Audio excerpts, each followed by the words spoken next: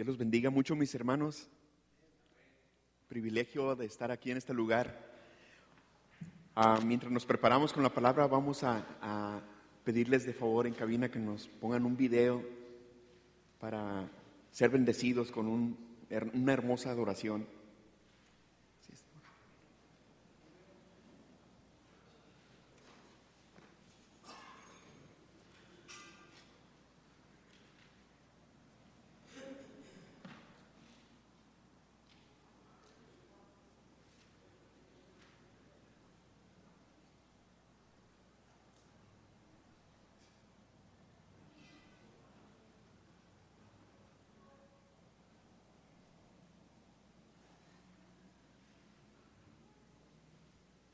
Shema Israel,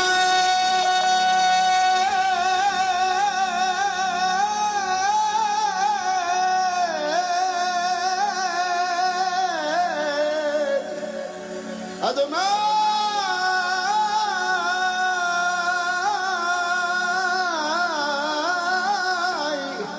Eloheinu,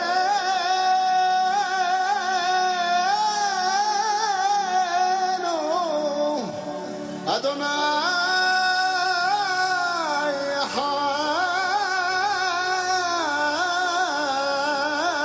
Echad, Adonai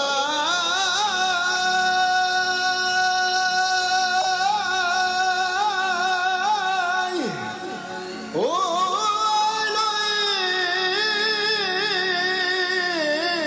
Elohim, Adonai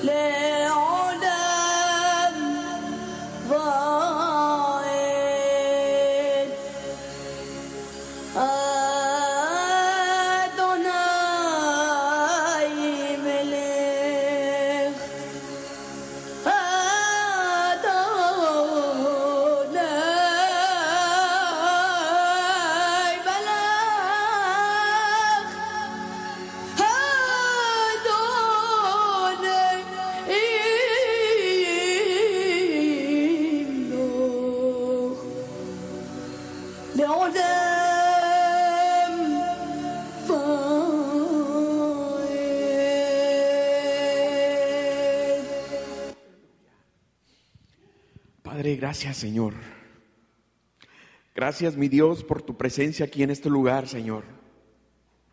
Quiero rogarte en el nombre de Jesús que bendigas a todos y cada uno aquí en nuestra congregación, Señor. Que nos bendigas con tu hermosa y bendita palabra, que traigas una bendición tan especial, Señor, que cada uno de nosotros salgamos aquí mucho mejor de cómo llegamos, mi Dios. Te ruego en el nombre de Jesús que tu Espíritu Santo, Señor, nos ministre y que me use, Señor, como instrumento en tus manos, mi Dios. Que tu palabra, Señor, sea realidad en nuestras vidas, en el nombre precioso de Cristo Jesús.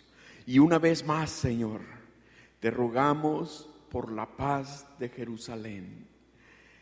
Padre, porque tu palabra lo manda, y Padre, porque amamos a ese pueblo que tú, Padre Santísimo, escogiste entre todas las naciones, Señor. Y te rogamos que nos bendiga, Señor, de la igual manera, porque nosotros también somos la Jerusalén, la Israel espiritual. Gracias, Padre, en el nombre de Jesús, porque tú nos has amado, mi Dios. Amén y amén. Gloria al Señor Jesús, mis hermanos. La verdad que a mí me llegó tan tremendamente esta adoración de estos jóvenes, de esos varones israelitas, que vamos a ver una parte de esto. ¿Por qué razón este video? Amén.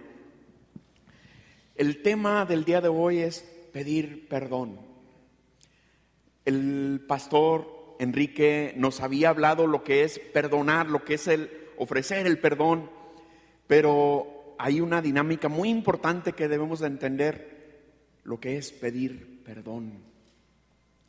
Dios es un Dios de paz, el príncipe de paz, y por lo tanto a Él le interesa que nosotros tengamos una vida en paz unos con otros. Pero hay algo muy importante que entender. La palabra de Dios nos llama a perdonar, pero también, ¿qué sucede cuando es el momento que debemos pedir perdón? Amén. Fíjense bien esta dinámica tan importante. Cuando existe una reconciliación, una persona es quien hace una agresión, quien ofende, y otra persona es quien recibe la agresión o recibe la ofensa. Entonces hay cuando menos dos personas que intervienen en ese acto. Y lo que la palabra de Dios nos enseña el día de hoy es esta otra parte. ¿Qué sucede con la persona que recibió la ofensa? ¿Qué sucede con la persona que recibió la agresión? ¿O qué sucede con la persona que hace la ofensa? ¿Qué sucede con la persona que hizo la agresión? Cómo el Espíritu Santo trabaja con nuestras vidas y nos pone en nuestro corazón el sentir e ir con la persona que ofendimos, e ir con la persona que agredimos, e ir a decirle perdóname. Entonces ese aspecto es sumamente importante que lo tengamos identificado a la luz de la palabra de Dios. La palabra del Señor nos enseña que debemos perdonar a quien nos ofende, una sola vez en la vida o una vez en cada día. La palabra del Señor nos enseña perdonar 70 veces 7. Pero ahora vamos a ver, conforme a la palabra de Dios, qué sucede cuando nosotros agredimos. ¿Qué sucede cuando el Espíritu Santo viene y nos pone ese sentir, ese deseo de arrepentirnos e ir con la persona ofendida y decir, perdóname, perdóname? ¿Cómo vamos a escuchar la voz de Dios en ese sentido? Amén. Vamos a ir primeramente a la palabra de Dios, al Evangelio de Marcos en el capítulo 12, mis hermanos, para quienes traen su Biblia, que vengamos aquí a la palabra del Señor y ver qué es lo que el Señor nos enseña. Fíjense bien cómo el Señor Jesús, Él mismo estuvo en una dinámica tan fuerte y Él también fue ofendido muchas de las veces. Y Él también tuvo que ir y remover esas entrañas de cada una de las personas. Amén. Y Marcos 12, en el versículo 28, aquí nos enseña esa parte importante. Marcos 12, 28, acercándose uno de los escribas que los había oído disputar y sabía que les había respondido bien, refiriéndose al Señor Jesús. Sabía que el Señor Jesús había respondido bien. Y el escriba le preguntó, ¿cuál es el primer mandamiento de todos? Y Jesús le respondió, el primer mandamiento de todos es, oye Israel, el Señor nuestro Dios, el Señor uno es. Y yo me quiero imaginar ese momento a la forma en que lo hacían los judíos, o a como lo hacen todavía con este primer mandamiento, lo que acabamos de escuchar en el video. ellos generalmente cuando hacen esta recitación de este primer mandamiento, ellos se tapan los ojos con la mano derecha y lo pronuncian más o menos así: Shema Israel, Adonai Alehu, Adonai Shema. Entonces es como ellos pronuncian este primer mandamiento, y así lo habrá dicho el Señor Jesús, me imagino en este momento: Shema Israel, Adonai Alehu, Adonai Shema. Y sigue diciendo el Señor: y amarás al Señor tu Dios con todo tu corazón y con toda tu alma y con toda tu mente y con todas tus fuerzas.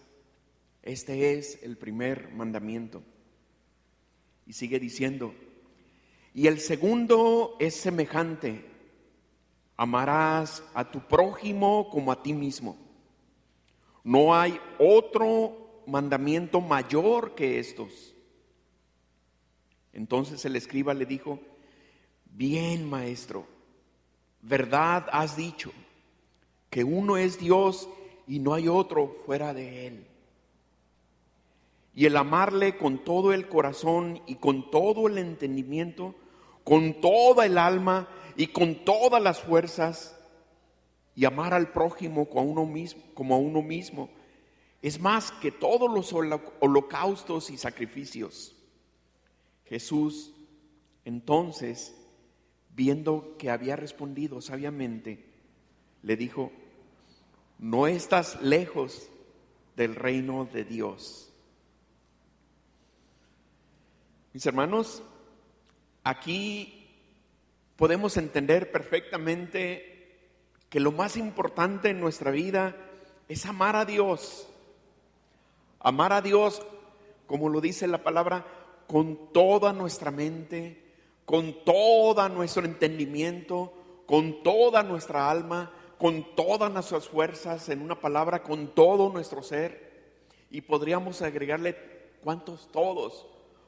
Con todo el pensamiento que tengamos, con toda la inteligencia, podemos agregar tantas cosas.